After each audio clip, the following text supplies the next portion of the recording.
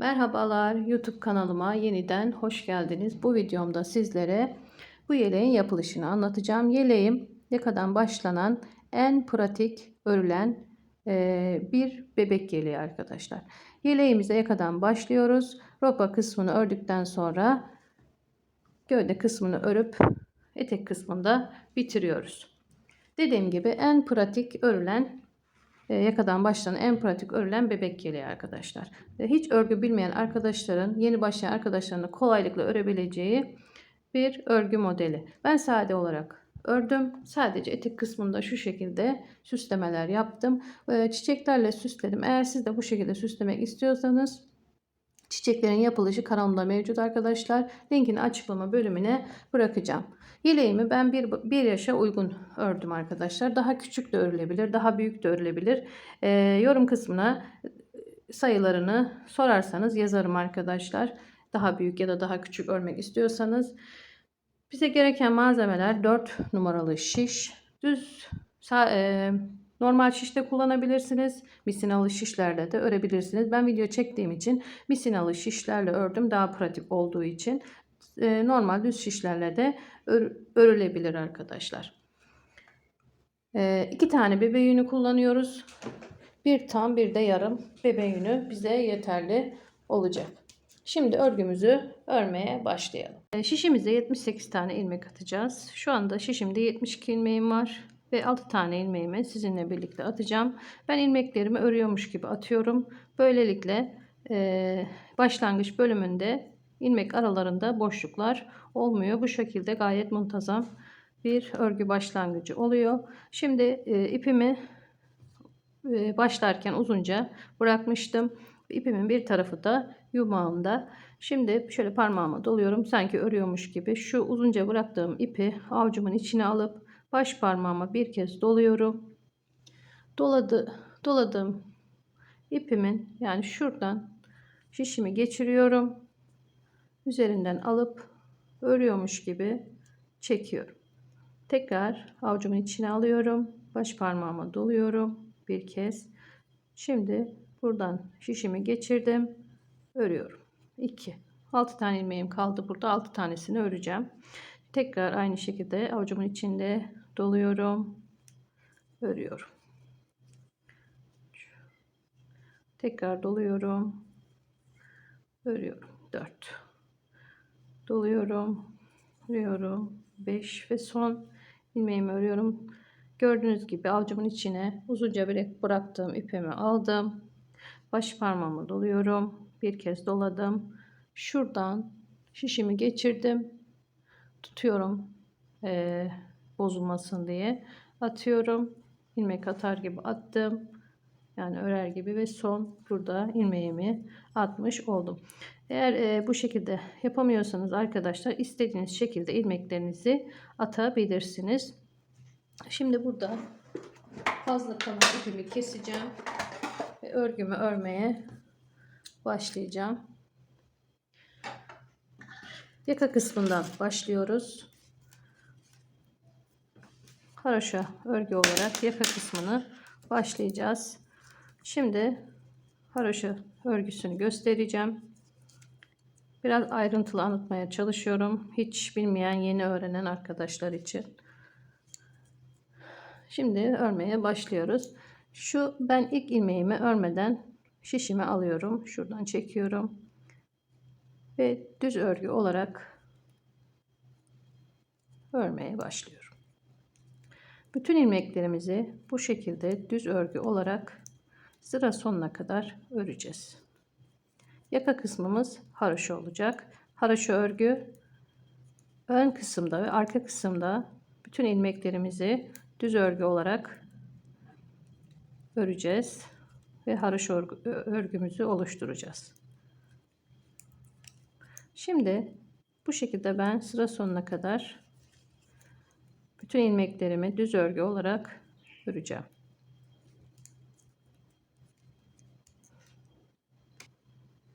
İlk sıramı bitirdim. İkinci sırama geçtim. Burada ilk haroşamız şu şekilde oluşmuş oldu. Şimdi ikinci sırada yine ilk ilmeğimi örmeden alıyorum ve yine aynı şekilde bütün ilmeklerimi düz örgü olarak örüp bu sıramı da bitireceğim.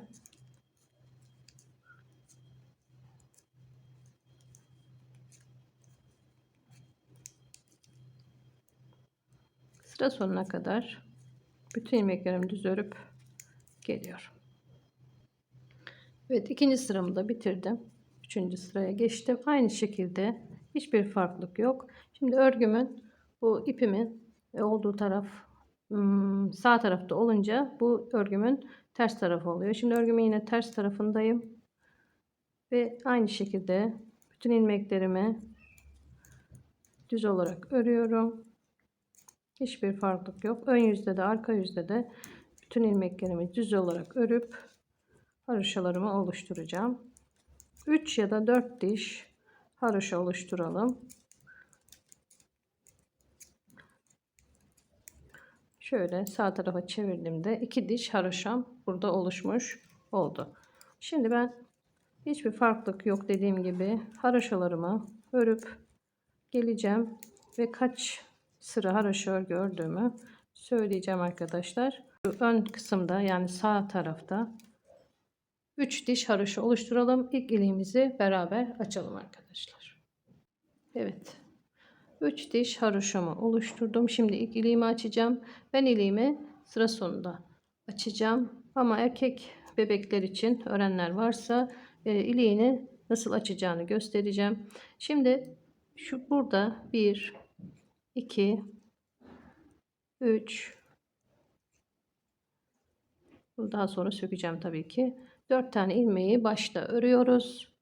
Bir kez doluyoruz ve 2 tane ilmeği birlikte bu şekilde alıp örüyoruz. Burayı kesmiş olduk ve ilk iliğimizi burada açmış oluyoruz erkek bebekler için. Şimdi ben burada göstermiş oldum size ve örgüme burada devam ediyorum. Sıra sonuna gelince burada iliğimi açacağım. Yani burada ilik açmamış oldum. Sadece size göstermiş oldum. Kız bebek olduğu için sıra sonunda açacağım. Erkek bebekleri için sıra başında açmış oluyorsunuz. Şimdi sıra sonunda 6 tane ilmeğim kalana kadar bu sıramı örüyorum. Sıra sonunda 6 tane ilmeğim kaldı. Şimdi buradaki iliğimi açıyorum. Burada 6 tane ilmeğimden 2 tanesini birlikte örüyorum. Şu 2 ilmeği birlikte örüp kesiyorum. Bir kez şişimin üstüne ipimi doluyorum ve 4 tane ilmeğimi örüyorum. Ve ilk iliğimi burada açmış oldum. 12 ya da 13 haroşa arayla iliklerimizi açacağız. Şimdi arkadaşlar örgümün ters tarafına geçtim. Ve bütün ilmeklerimi aynı şekilde düz olarak örüyorum. Bir sıra daha bu şekilde düz öreceğiz ve roba ayrımlarını örmeye başlayacağız. Şu gördüğünüz gibi doladığım ilmeğimi de örüyorum. Diğer ilmeklerimin hepsini de düz olarak örüp sıramı bitireceğim. Evet, yine örgümün ön yüzüne geldim. Şimdi roba ayrımlarını yapmaya başlayacağım. Burada 4 tane haroşam oluşmuş oldu. Roba ayrımlarımızı şu şekilde yapacağız. 16 ön için, 10 kollar için, 22 arka için, tekrar 10 kol için ve 16 ön için. Burada roba ayrımlarımızı yapacağız. Şimdi burada 16 tane ilmeğimizi örelim. Bu 16 tane ilmeğimizin başta ve sonda 7'şer tane ilmeklerimiz ilik düğme bölümü olacak. Onlar haroşa olarak ilerleyecek. Şimdi 16 tane ilmeğimizi örelim. 3, 4, 5, 6, 7, 8, 9,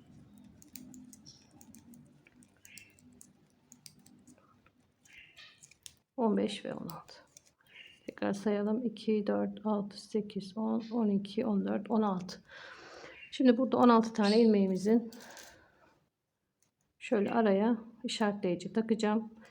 İşaretleyici takmadan önce burada ilk artırmamı yapacağım. Şöyle parmağımı doladım, çekiyorum. Burada bir tane gizli artırma yapmış oldum. Bu aradaki ilmeğimiz sabit.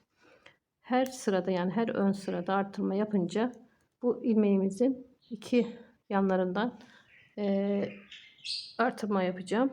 Şimdi bu işaretleyici buraya takıyorum. Eğer sizin işaretleyiciniz yoksa kancalı iğne de kullanabilirsiniz.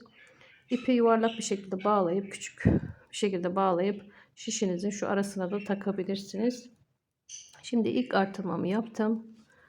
Bu aradaki dediğim sabit ilmeğimi örüyorum. Düz örgü olarak ördüm. Tekrar bir artırma daha yapıyorum. Gizli artırma yaptım.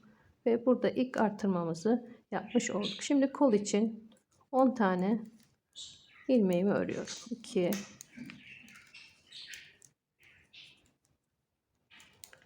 3, 4, 5, 6, 7, 8, 9, 10,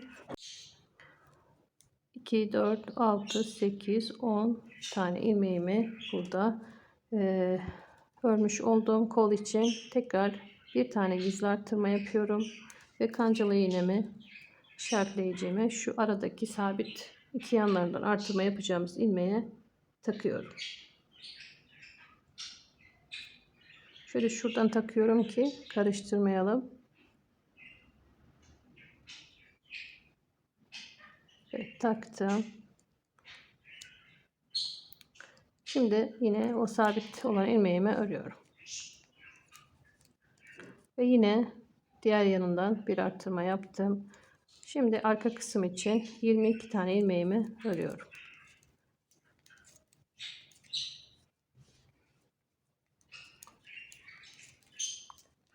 Altı, 7,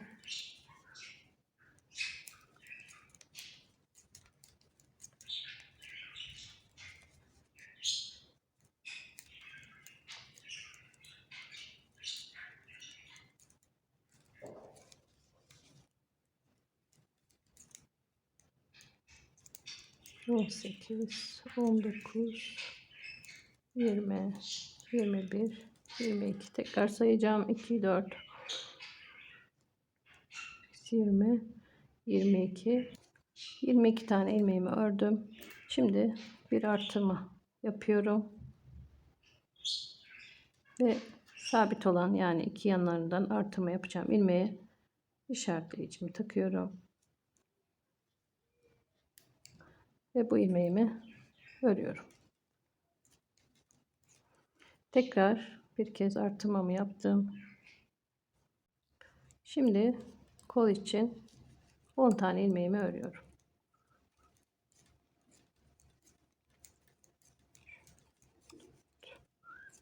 Beş, 6, 7, 8, 9 ve 10.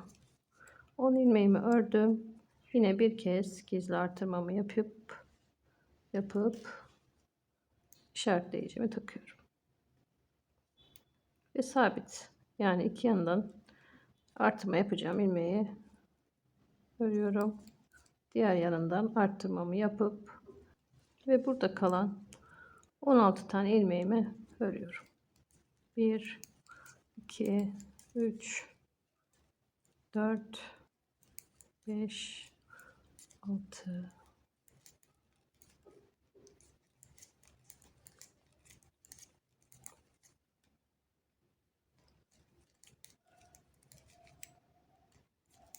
14, 15 ve 16. Evet, ilk ayrımlarımızı yapmış olduk.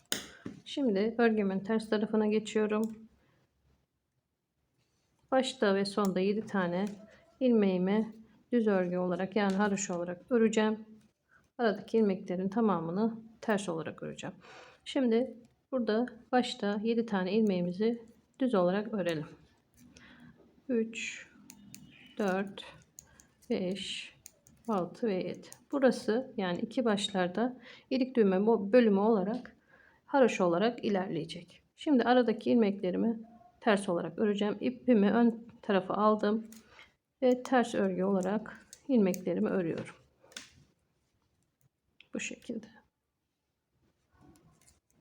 Diğer tarafta 7 tane ilmeğim kalana kadar ilmeklerimi ters öreceğim.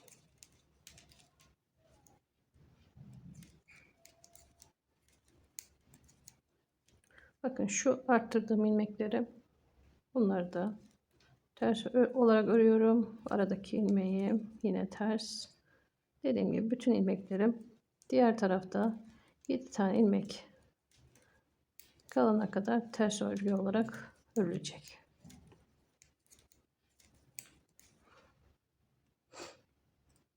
Sıra sonuna geldim. 7 tane ilmeğim kaldı. İpimi diğer tarafa alıyorum. 7 tane ilmeğimi düz olarak örüyorum. Haroşamı oluşturuyorum. Şimdi ikinci artırmalarımızı yapacağız. Şimdi yine örgümün ön yüzündeyim.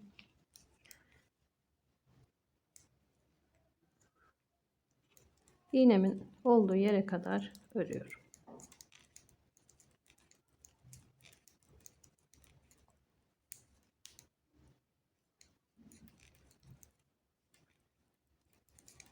Düz örgü olarak örüyoruz bütün ilmeklerimizi. Şimdi bu benim bir önceki arttırdığım ilmeğimi örüyorum. Bu sabit gelen ilmeğim. İğnenizi şöyle sabit olan ilmeğe tekrar takabilirsiniz karıştırmamak için. Bundan öncesinde artırmamızı yapacağız. Şöyle benim için biraz takması zor olduğu için, vakit kaybı olduğu için iğnelerimi yerlerini değiştirmeyeceğim. Ama siz karıştırırım derseniz bir üste her seferinde ilmeğinize takabilirsiniz. Şimdi aynı ilk yaptığımız gibi artırmamızı bu şekilde yapıyoruz. Sabit ilmeğimizi örüyoruz. Tekrar bir artırma yapıp kol bölümündeki ilmeklerimizi iğnemizin olduğu yere kadar, işaretleyicimizin olduğu yere kadar örüyoruz.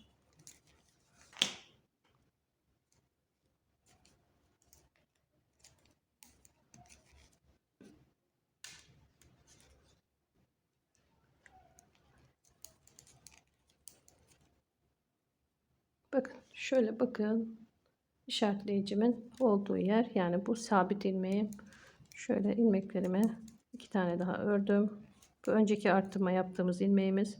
Şimdi sabit olan ilmeğimin bu yanından bir artırma yaptım. İlmeğimi ördüm.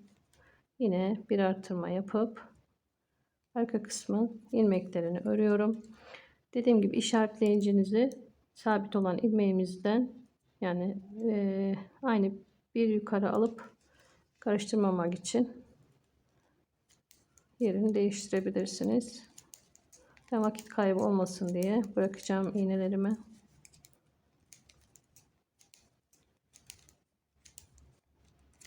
Arka kısmı örüyorum işaretleyicimin olduğu yere kadar.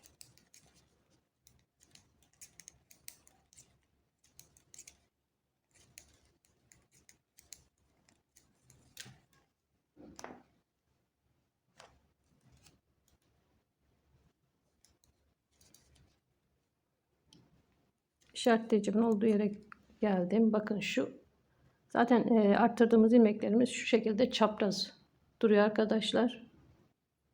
Böyle bakınca da karıştırmazsınız.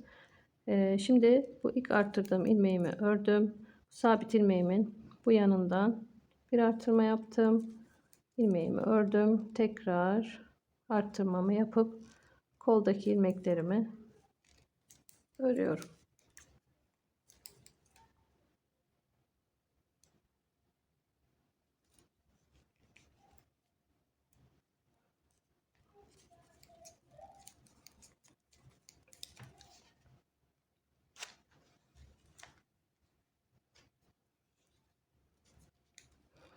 İşaretleyicime gelene kadar, işaretleyicime gelene kadar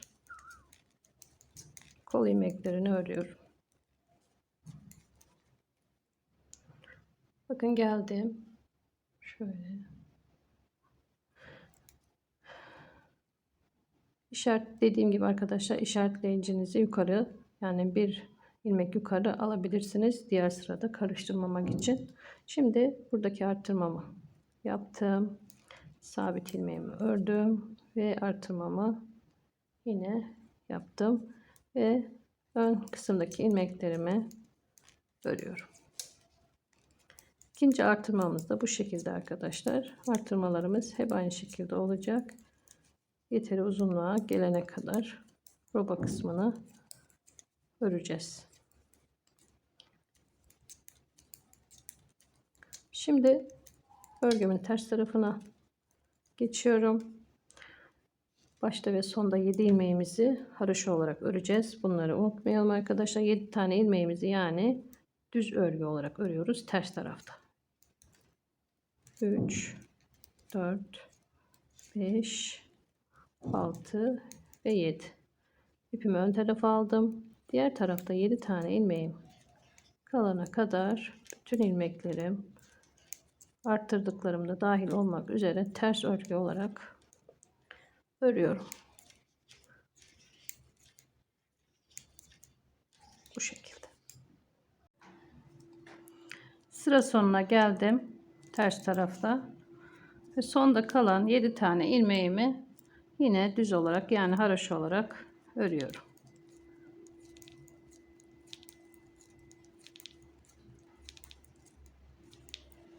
Altı ve 7. Şimdi yine örgümün ön yüzündeyim. Artırmalarımızı yapacağız. İşaretleyicimin olduğu yere kadar bütün ilmeklerimi düz olarak örüyorum.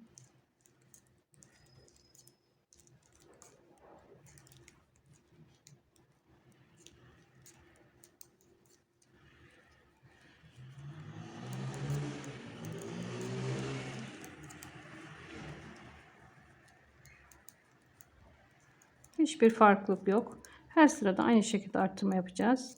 İşaretleyicimiz olduğu ilmeğin iki yanlarından, sağından ve solundan gizli artırmamızı yapacağız. Ben işaretleyicimi yukarı taşımamıştım. Ama siz dediğim gibi her artırmadan sonra işaretleyicinizi yine bu artırma yaptığımız ilmeğin şöyle kenarına takabilirsiniz. Şimdi bakın geldim. Bu yine iğnem burada takılı. Şöyle gizli artırmamı yapıyorum ve sabit ilmeğimi örüyorum. Yine aynı şekilde bir artırma daha yaptım. Ön kısmın artırmasını yapmış oldum. Şimdi kolu örüyorum. Ön kısmı ve kolun bu taraftaki arttırmasını yapmış oldum. Koldaki ilmeklerimi işaretleyiciye gelene kadar düz olarak örüyorum.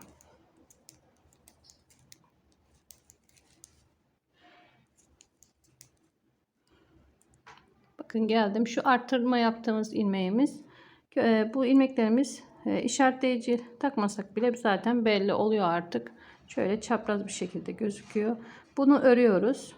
Bir önceki artırma yaptığımız ilmek ördük ve bu sabit olan ilmeğimizin bu yanından bir artırma yaptım. Sabit ilmeğimi ördüm ve diğer yanından bir artırma yapıp örgümün arka kısmına geçtim.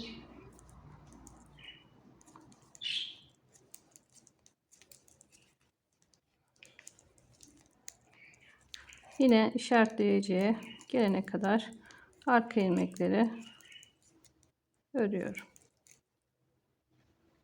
İşaretleyicimin olduğu yere geldim. Bakın yine buradaki bir önceki yaptığımız artırmamız. Bunu da örüyoruz.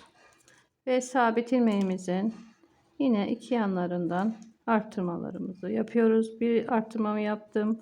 Sabit ilmeğimi ördüm ve diğer yanından artırma yapıp yine koldaki ilmeklerimi örüyorum.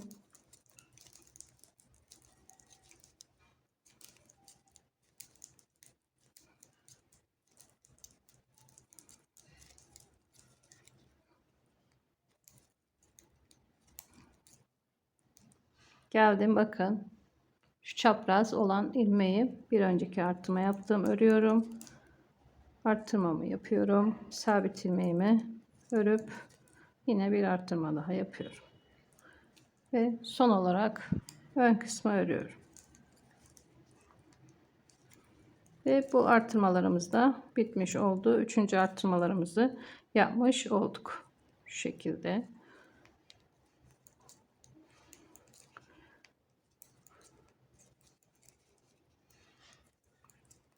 Böyle aynı, hiçbir değişiklik yapmadan, hiçbir farklılık yok. Robamızı bu şekilde öreceğiz.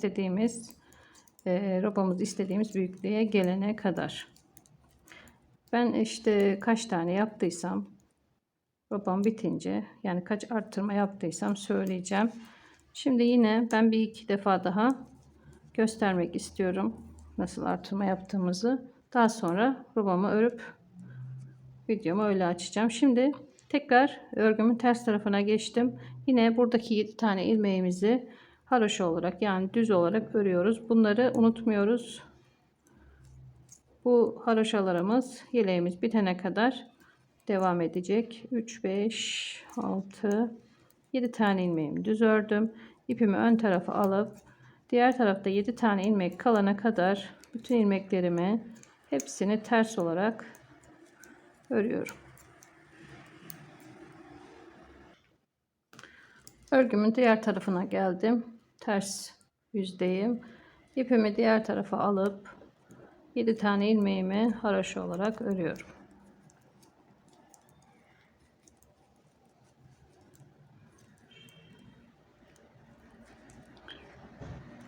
Şimdi örgümün ön yüzüne geçiyorum. Bakın haroşalarımız burada oluşmaya başladı.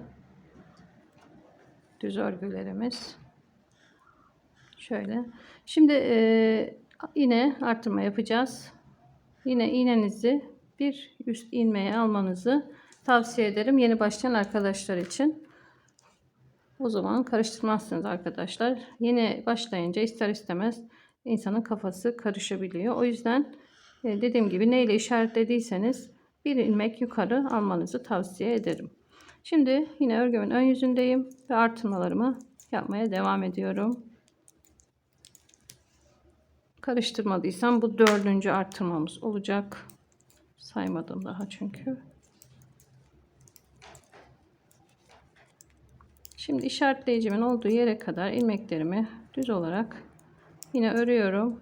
Dediğim gibi hiçbir farklılık yok. İşaretleyicinin, yani sabit olan ilmeğimizin üzerine geldiğimiz zaman iki yanlarında artırmamızı yapacağız her ön yüzde.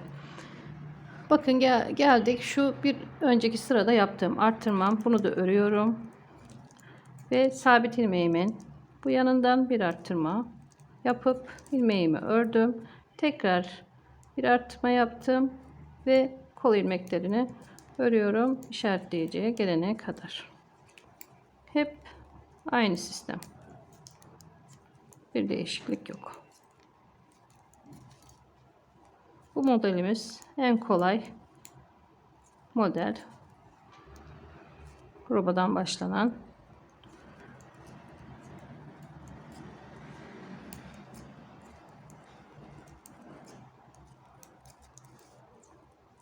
İşaretleyicimin olduğu yere tekrar geldim. Bir önceki yaptığım artırma ilmeğimi örüyorum. İşaretleyicimin olduğu sabit ilmeğimi den önce bir tane artırmamı yapıyorum. Sabit ilmeğimi örüyorum. Tekrar artırmamı yapıp arkadaki, yani arka kısımdaki ilmeklerin tamamını örüyorum. İşaretleyicime gelene kadar.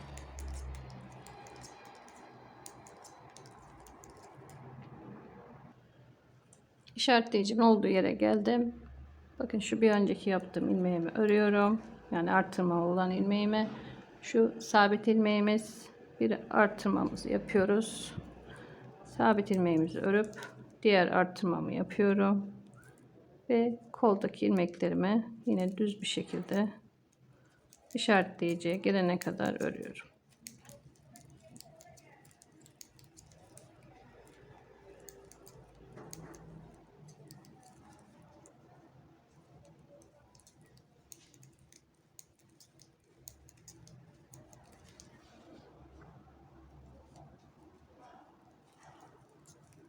Geldim. İşaretleyicimin olduğu sabit ilmeğimin bir önünden arttırmamı yaptım. İlmeğimi ördüm. Diğer yanından arttırmamı yapıp ön bir parçanın ilmeklerini örüp bu sıramı da bitirmiş oluyorum.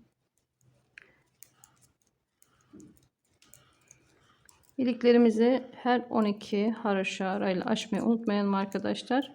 Aradaki mesafeyi siz kendiniz de ayarlayabilirsiniz. İster 10 haroşa arayla, yani sıklığını ister 10 haroşa arayla daha sık da açabilirsiniz. 13 haroşa arayla daha seyrek de açabilirsiniz. Ben 12 haroşa arayla açacağım iliklerimi. İliklerinizi açmayı unutmayın. Şimdi örgümün yine ters tarafına geçtim. Baştaki 7 tane ilmeğimi yine haroşa olarak örüyorum. Yani düz olarak. Diğer tarafta 7 tane ilmek kalana kadar aradaki ilmeklerin hepsini 3, 6, 7 ters olarak örüyorum. 7 tane ilmeğimi düz ördüm. Aradaki ilmeklere geçtim. Ve dediğim gibi diğer tarafta 7 tane ilmeğim kalana kadar bütün ilmeklerimi ters olarak örüyorum. Sıra sonuna geldim. İpimi diğer tarafa alıp haroşalarımı örüyorum. 7 tane ilmeğimi düz olarak örüp ters taraftaki ilmeklerimi bitirmiş oluyorum. Şimdi bir kez daha arttırmaları göstereceğim. Daha sonra robamı örüp videomu o zaman açacağım. Şimdi yine işaretleyicimin olduğu yere kadar ilmeklerimi düz olarak örüyorum.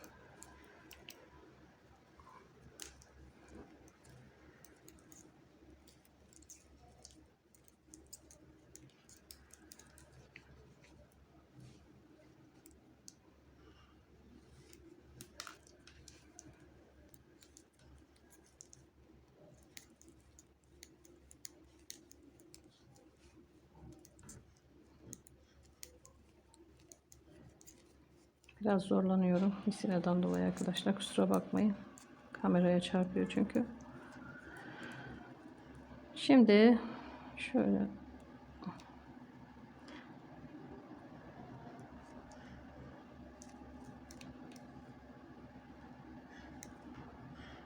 affedersiniz arkadaşlar. Şurada bir yanlışlık yapmışım. Ters tarafta giderken ilmeğimi örmeden almışım. Onu düzelttim. Şimdi dediğim gibi işaretleyicinin olduğu yere geldim. Bir önceki yaptığım artırma ilmeğimi örüyorum. Ve sabit ilmeğimden önceki artırmamı yaptım. Sabit ilmeğimi ördüm. Ve tekrar artırmamı yapıp kol kısmını örüyorum. İşaretleyicime gelene kadar. Yani sabit ilmeğime gelene kadar diyelim. İşaretleyicileri çıkaranlar için.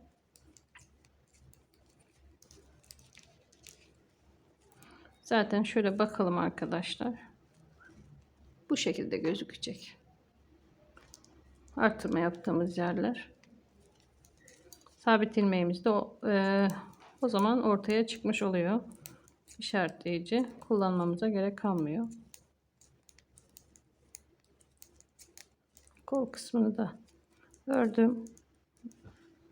Bakın şöyle.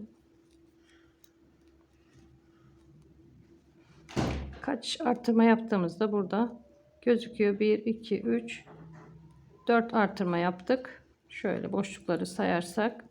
Şimdi burada bir tane artırmamızı yapalım. Sabit ilmeğimizi örelim. Tekrar artırmamızı yapıp ilmeklerimizi, yani arka ilmeklerimizi örelim. Sabit ilmeğimize gelene kadar. Sabit ilmeğimin olduğu yere kadar geldim. Bakın ilmeğimiz artık belirginleşti. Şimdi bu tarafından artırmamı yaptım. Ördüm. Tekrar artırmamı yaptım. Ve koldaki ilmekleri örüyorum.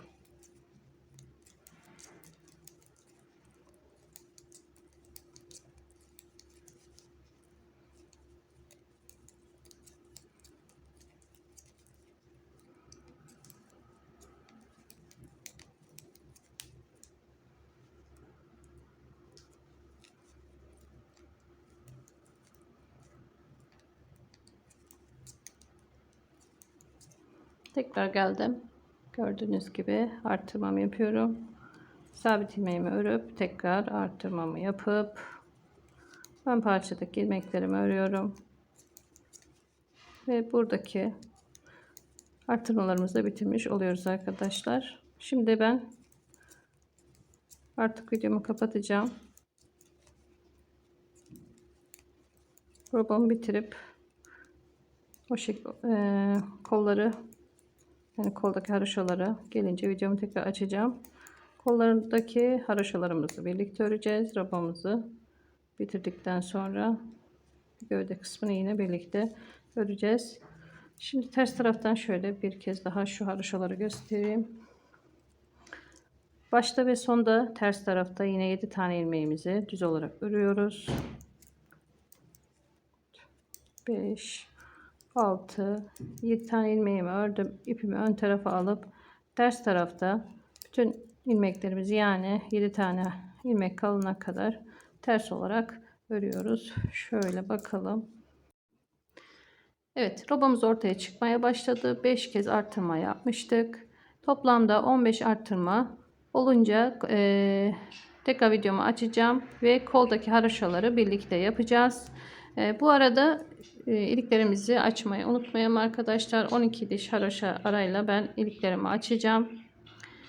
Siz kaç haroşa arayla açıyorsanız iliklerinizi açmayı unutmayın. Şimdi ben 15 artırma olunca tekrar videomu açacağım ve koldaki haroşaları birlikte öreceğiz.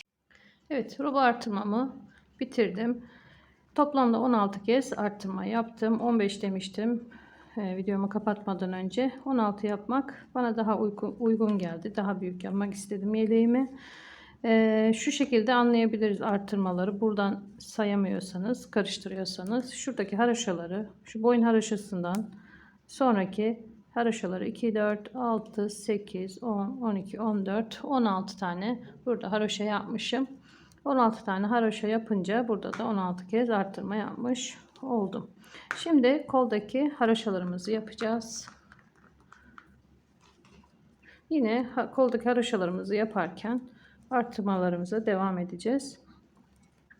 Şimdi örgümün ters tarafındayım arkadaşlar. 16. haroşa artırmamı yaptıktan sonra örgümün ters tarafına geçtim.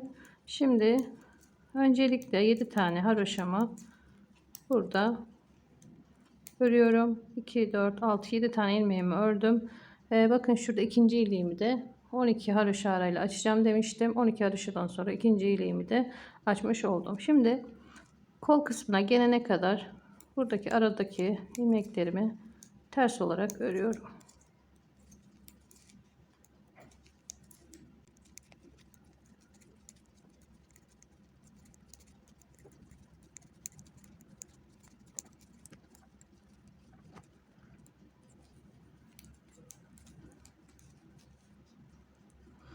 Şimdi koldaki haroşalarımıza geldik.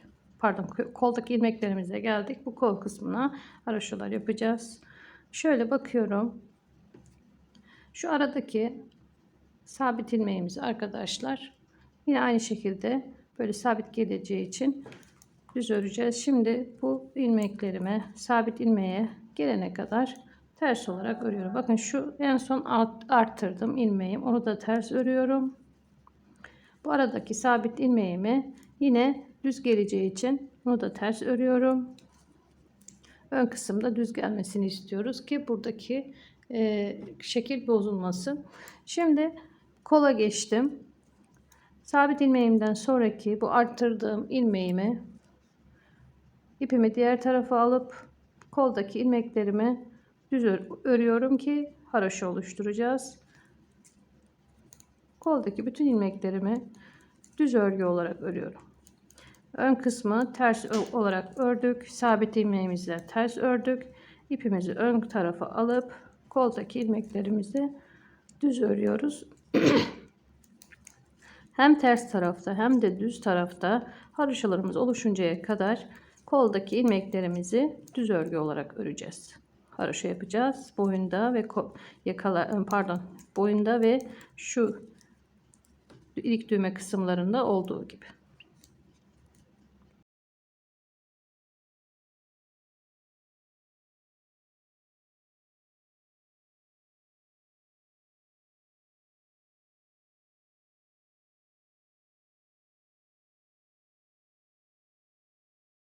Şimdi neredeyiz? Sabit ilmeğimize, evet, gelmişiz. Sabit ilmeğime geldim. Bakın şu gelmeden önceki ilmeğim, arttırdığım ilmeğim, bir önceki arttırdığım ilmeğim, onu da düz olarak örüyorum. O da haroşa olacak ve pardon, şöyle, evet, ve bu aradaki şu sabit ilmeğim, gördüğünüz gibi onu burada ters örüyorum ki önde ilmeğim düz gelsin. Arka kısma geçtim ve bütün ilmeklerimi burada yine ters örgü olarak örüyorum. Diğer tarafta kola gelene kadar, kol kısmına gelene kadar aradaki ilmekleri ters olarak örüyorum. Koldaki ilmekler düz olarak örülecek. Şimdi bu kısmı videom uzun olmasın diye kola gelene kadar arka kısmı ters olarak örüp geliyorum. Evet, kol kısmına geldim. Şurada yine sabit ilmeğimi düz gelsin diye burada yine ters örgü olarak örüyorum. Ve koldaki bütün ilmeklerimi düz olarak öreceğim ve haroşalarımı oluşturacağım. Arka kısmını ördüm ve kol kısmına geçtim. Yine aradaki sabit ilmeğime gelene kadar bütün ilmeklerimi düz olarak örüyorum.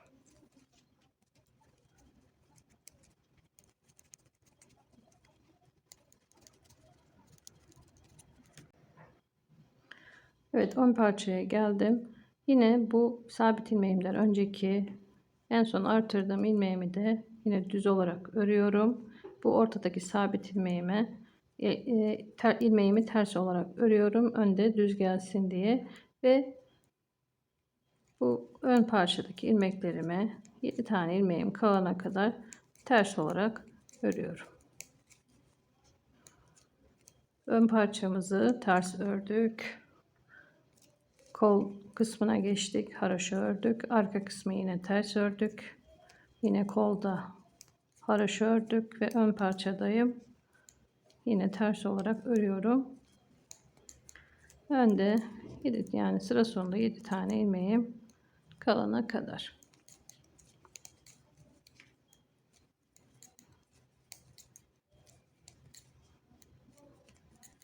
Bu haroşalarımız 3 tane olana kadar öreceğiz.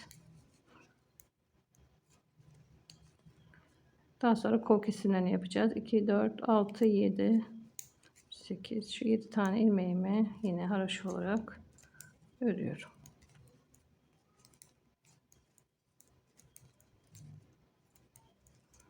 Ve haroşalarımızı, kol haroşalarımızı yapmış olduk. Şu şekilde. Şimdi tekrar ön kısma geçtim. Yine arttırmalarımıza devam edeceğiz. Artırmalarımızı yapacağız ve bütün ilmeklerimizi sıra sonuna kadar düz olarak öreceğiz. Haroşalarımız önde ve arkada düz örgü olarak örülüyor. Arka tarafta da kolları düz örmüştük. Şimdi ön kısımdayız. Bütün ilmeklerimizi düz olarak örüyoruz. Artırmalarımızı yapmaya devam ediyoruz.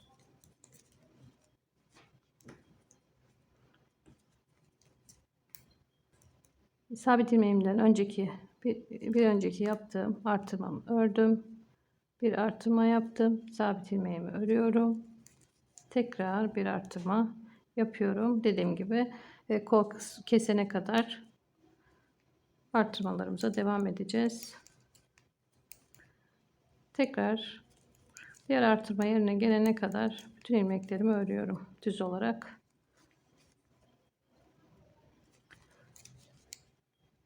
Sıra sonuna kadar aradaki artırmalarımızı yapacağız.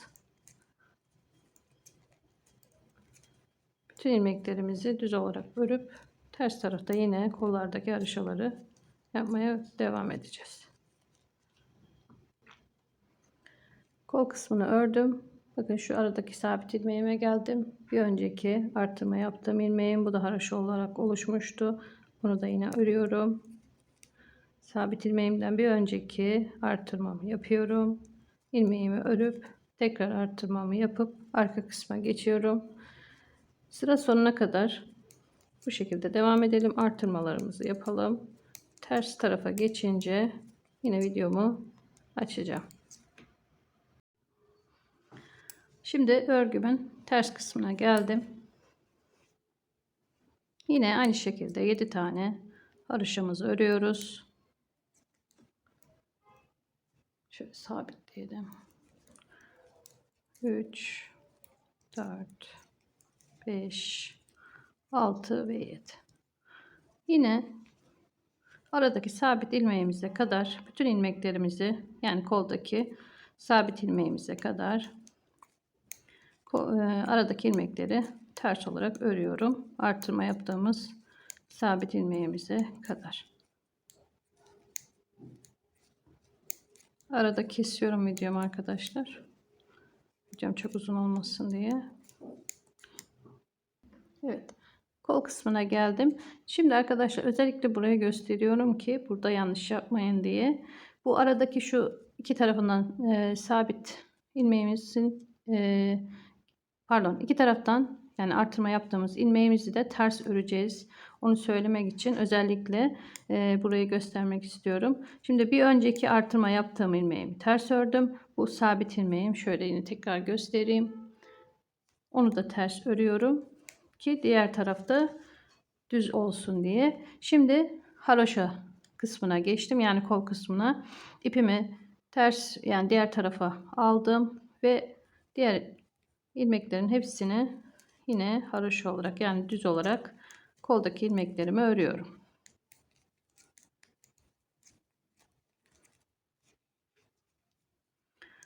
İkinci haroşalarımız oluşuyor bu şekilde. Bir kere daha haroşa yapacağız. Daha sonra kol kesimlerini yapacağız. Şimdi koldaki ilmeklerimi ben haroşa olarak örüyorum. Kol ilmeklerimin sonuna geldim. Bu bir önceki artırma yaptığım ilmeği de yine haroşa olarak örüyorum. Bu sabit ilmeğimi ters öreceğim. İpimi ön tarafa aldım ve sabit ilmeğimi ters ördüm ve arka kısımdaki bütün ilmeklerimi diğer kol kısmına gelene kadar ters öreceğim. Şimdi örgümün arka bölümündeyim, yani sırt bölümündeyim ve bütün ilmeklerimi kola gelene kadar ters olarak örüyorum. Kol kısmına geldim. Gelmeden önce şu aradaki sabit ilmeğimden önceki ilmeğimi de ters örüyorum. Yine bu artırma yaptığım iki yanlarından sabit ilmeğimi de ters olarak örüyorum. İpimi diğer tarafa alıp kol ilmeklerini haroşa olarak örüyorum.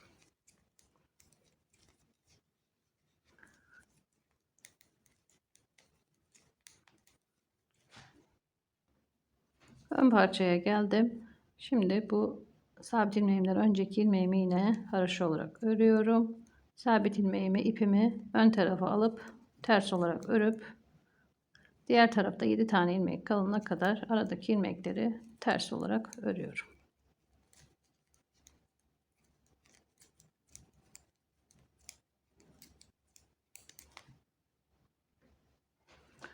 Sıra sonuna geldim. 7 tane ilmeğim kaldı. Bu ilmeklerimi de haroşa olarak örüyorum.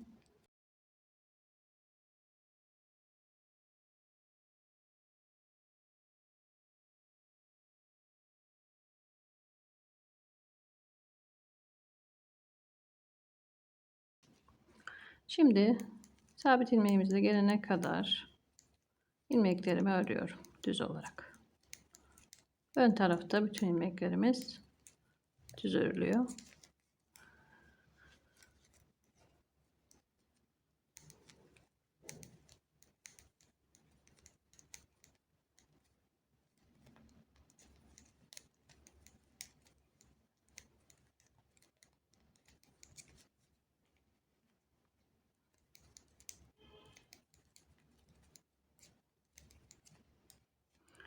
Şimdi sabit ilmeğimizin olduğu yere geldim. Bir önceki ilmeğimi örüyorum. Bir öncekine yaptım. Sabit ilmeğimizden öncekine ve bir sonrakine yaptım. Kol kısmına geçtim. Yine aynı şekilde ilmeklerimi düz olarak örüyorum. Arttırma yerine gelene kadar. Arttırma yerine geldim. Koldaki haroşaları ördüm, yani düz olarak ördüm. Şimdi aradaki sabit ilmeğimin öncesindeki arttırmamı yapıyorum. İlmeğimi örüyorum ve tekrar arttırmamı yapıp arka bedendeki ilmeklerimi kola gelene kadar düz olarak örüyorum. Arka kısmı ördüm. Şimdi kol bölümüne geçtim. Sabit ilmeğimden önceki arttırmamı yapıyorum. İlmeğimi örüyorum. Tekrar arttırmamı yapıp kol kısmındaki ilmeklerimi düz olarak örüp ön parçaya kadar geleceğim. Ön parçaya geldim. Şimdi yine arttırmamı yapıp ilmeğimi örüyorum. Tekrar arttırmamı yapıp ön parçayı bütün ilmeklerini, ön parçanın bütün ilmeklerini düz olarak örüyorum. Ters tarafa geçeceğim. Şimdi yine arka kısma geçtim. Şimdi son haroşalarımızı yapacağız burada. Üçüncü haroşalarımız oluşacak. Şimdi 7 tane ilmeğimi, 3, 6, 7 tane ilmeğimi yine haroşa olarak ördüm. Aradaki ilmekleri kol kısmına gelene kadar ters olarak örüyorum. Bir kez daha arttırma yapacağız. Daha sonra kol kısmını keseceğiz. Toplamda 19 arttırmamız olmuş olacak. 16 yapmıştık. 2 kez daha arttırma yaptık. Bir kez daha yapacağız.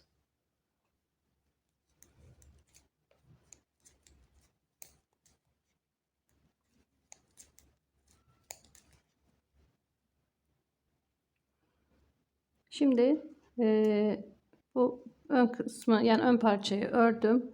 Bu aradaki, yani aradaki ilmekteki önceki arttırdığım ilmeğimi ters örüyorum. Sabit ilmeğimi de ters örüyorum ve koldaki ilmeklerimin tamamını sabit ilmeğime gelene kadar düz olarak örüyorum.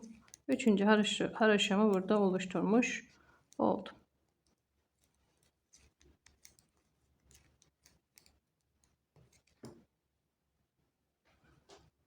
Arka bedene geldim. Şimdi bu arttırdığım ilmeğimi de yine haroşa olarak örüyorum. Bir önceki arttırdığımı.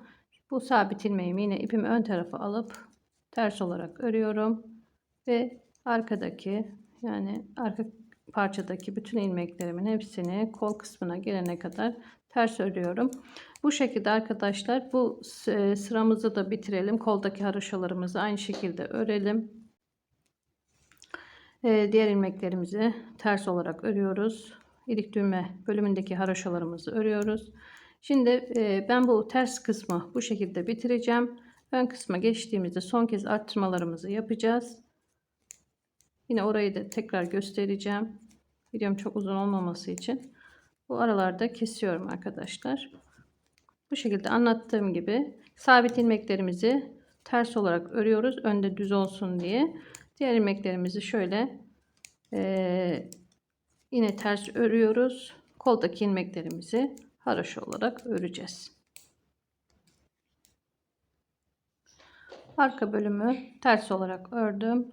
Şimdi bu aradaki sabit ilmeğimi yine ters olarak örüyorum. İpimi diğer tarafa alıp kol kısmındaki bütün ilmeklerimi düz olarak, yani haroşa olarak örüyorum. Yine sabit ilmeğimizi düz öreceğiz. Pardon, sabit ilmeğimizi ters öreceğiz. Koldaki ilmeklerimizi düz ördükten sonra sabit ilmeğimizi ters olarak öreceğiz. Ön kısmı da ters olarak öreceğiz.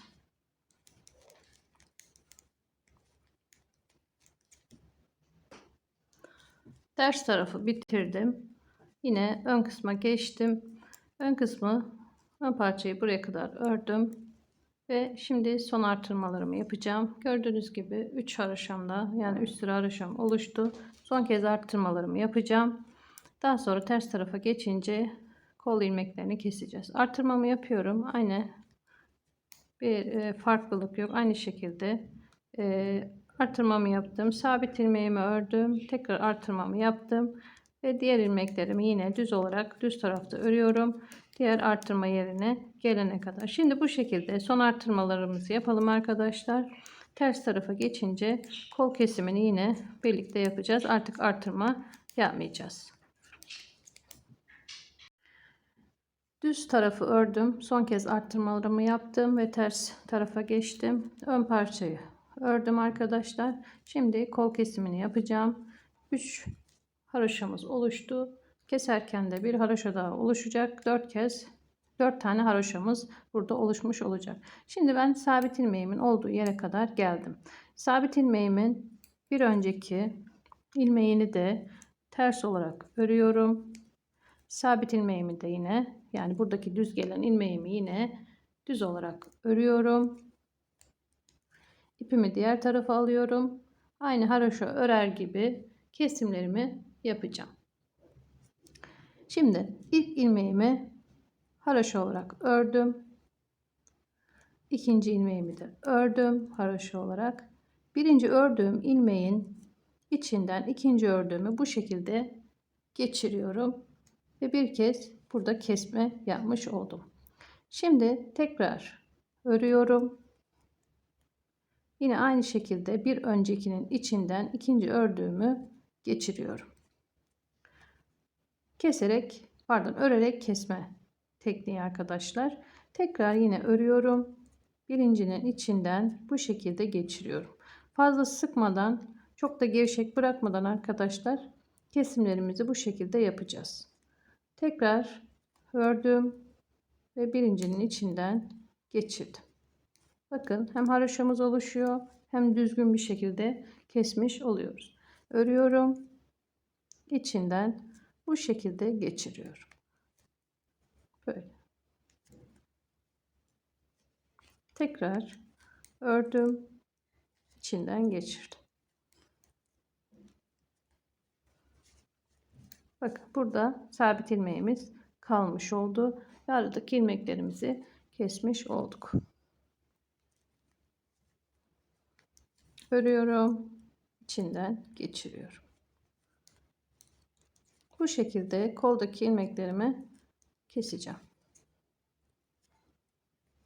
Örüyorum, içinden geçiriyorum.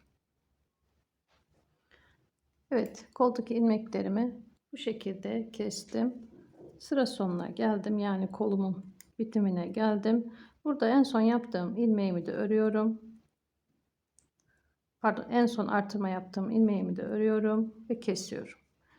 Şu sabit ilmeğimizi arkadaşlar, ipimizi ön tarafa alıyoruz. Ters olarak keseceğim. Sabit olan ilmeğimi kesiyorum. Ve şu şekilde ilmeği diğer taraftan, pardon şöyle gösteremedim. Bu şekilde de sabit ilmeğimi kesmiş oldum. Başta kesmedik sabit ilmeğimizi, sonda kesmiş olduk. Şimdi kol kesimimiz bittiğine göre arka parçayı öreceğiz. Arka parçamızı bu en son artırma yaptığım ilmeğimle birlikte ters olarak örüyorum. Diğer kolumuza gelene kadar ve diğer kolumuzun kesimlerini yapacağız. İkinci koluma geldim. Şimdi buradaki sabit ilmeğimi arkadaşlar yine ters olarak örüyorum. Sabit ilmeğimi ördükten sonra ipimi diğer tarafa alıyorum. Birinci ilmeğimi ördüm. İkinci ilmeğimi de ördüm. İkinciyi birincinin içinden geçirdim. Bu şekilde. Tekrar ördüm. Birincinin içinden geçirdim. Örüyorum. İçinden geçiriyorum. Bu şekilde yine kolumuzu aynı şekilde keseceğiz. Diğer kolu nasıl kestiysek öyle.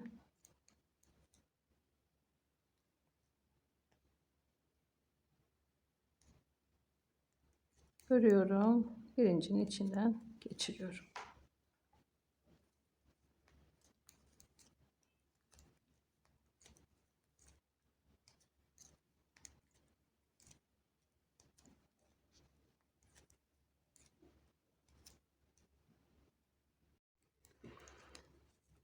Şimdi buradaki en son artırma yaptığım ilmeğimi de aynı şekilde kesiyorum. İpimi ön tarafa alıp bu aradaki sabit ilmeğimi ters olarak örüyorum ve bunu ters olarak kesiyorum. Şişimi şöyle diğer taraftan alıp ipimin arasından geçireceğim. Böyle video çekerken biraz zor oluyor. Şöyle içinden geçirdim. Ters olarak ördüm. Ön kısma geçmiş oldum. Kesmelerimi bitirdim ve öndeki ilmeklerimi, ön parçadaki ilmeklerimi ters olarak örüyorum. Kamera odaklanamıyor.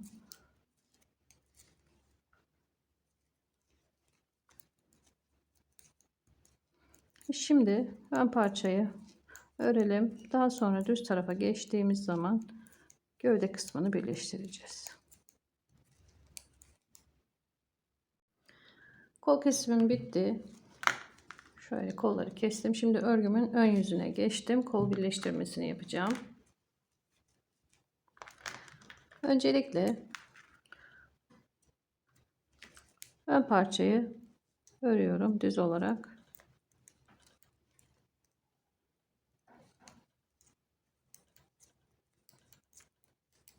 Birleştirme yerine gelene kadar ilmeklerimi düz olarak örüyorum.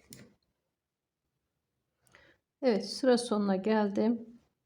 Burada bir tane ilmeğim kaldı şu şekilde. Şimdi burada bir tane artırma yapacağım. Son ilmeğimi örüyorum. Şişimden çıkarmıyorum şu şekilde. Sonra şişimi bu tarafa alıp iç taraftan şöyle aynı ilmeği tekrar örüyorum. Burada bir kez artırma yapmış oldum. Şimdi koldaki ilmeğimi aynı şekilde yine burada da artırma yapacağım. Yine düz olarak örüyorum. Şişimden çıkarmıyorum. Aynı şekilde iç taraftan şişimi geçirip bir kez daha örüyorum ve birleştirmemi ve buradaki artırmamı yapmış oldum. Şimdi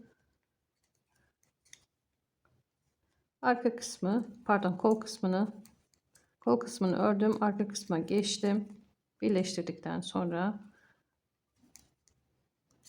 arka kısma geçtik. Burayı yine sonda bir tane ilmeğim kalana kadar düz olarak örüyorum. Sıra sonuna geldim. Yine burada da artırma yapacağım. Son ilmeğimi şöyle örüyorum. Şişimden çıkarmayıp tekrar iç taraftan aynı ilmeği tekrar ördüm. Burada yine bir kez artırma yapmış oldum. Şimdi kolu birleştirip bir kez artırma yapacağım. Kol altlarında ikişer kez artırma yapmış oluyoruz. Yine ilmeğimi düz şekilde örüyorum.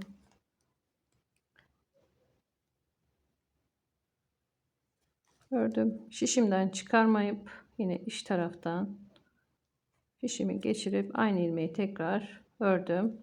Artırmamı yaptım. Yine aynı ön parçayı düz bir şekilde örüyoruz.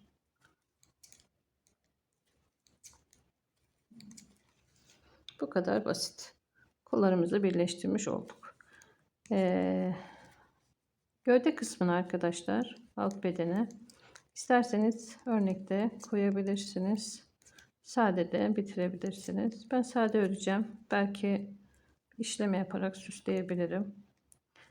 Sade yapmamın sebebi hiç bilmeyen arkadaşların, yani örgü bilmeyen arkadaşların ilk örgüsü olacağını düşündüğüm için sade yapmak istedim. Örnek koymadım. İsterseniz siz örnekte koyabilirsiniz yeleğinize.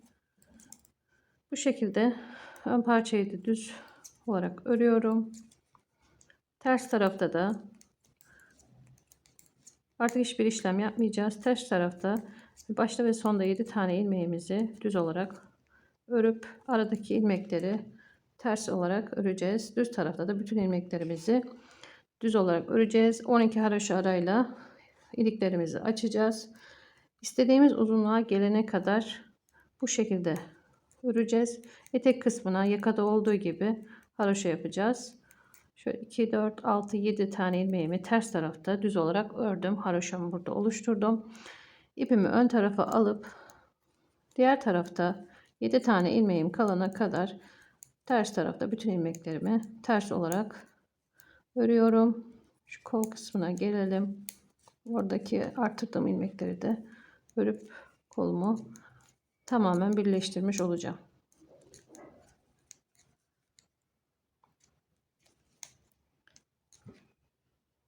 Evet, kol altında birleştirdim. Şimdi aynı şekilde bütün ilmeklerimi ters olarak sıra sonunda 7 tane ilmeğim kalana kadar örüyorum. Sıra sonundaki 7 tane ilmeğimi düz olarak öreceğim ve düz tarafa geçince tekrar videomu açacağım. Ters tarafı bitirdim. 7 tane haroşamı burada ördüm. Tekrar yine örgümün ön yüzüne geçtim. Şimdi arkadaşlar ben videomu kapatacağım. Artık göstermem gereken bir şey yok. Önde bütün ilmeklerimizi düz olarak örüyoruz. Ters tarafta da başta ve sondaki 7 tane ilmeğimizi düz ördükten sonra aradaki ilmeklerimizi tamamen ters örüyoruz. İstediğimiz uzunluğa geldikten sonra yakada yaptığımız gibi 4 sıra haroşa yapacağız etek kısmında. Ben yine yeleğimi bitirdikten sonra uzunluğunun kaç sıra yaptığımı söyleyeceğim. Şimdi ben videomu kapatıyorum. Yeleğimi bitirince tekrar videomu açacağım. Evet, ben yeleğimi bitirdim arkadaşlar. Etek kısmına 4 sıra haroşa yaptım. Yakada ve kollarda yaptığımız gibi bu şekilde süsledim çiçeklerle. İsterseniz eğer siz de bu şekilde süslemek istiyorsanız çiçeklerin yapımı kanalımda mevcut. Siz de oradan bakıp yapabilirsiniz. Linkini de açıklama bölümüne bırakacağım. Düğmelerini diktim. Sade ama böyle süslediğiniz zaman çok güzel, çok şık bir yelek olabiliyor. Evet, yeleğimiz bu şekilde bitmiş oldu. İnşallah yararlı bir video olmuştur. Bu videomda bu kadardı arkadaşlar. Kanalıma beğenip abone olmayı unutmayın. Yorumlarınızı mutlaka bekliyorum. Abonelik ücretsizdir. Bunu da söylemiş olayım. Tekrar başka videolarda görüşmek üzere. Hoşça kalın.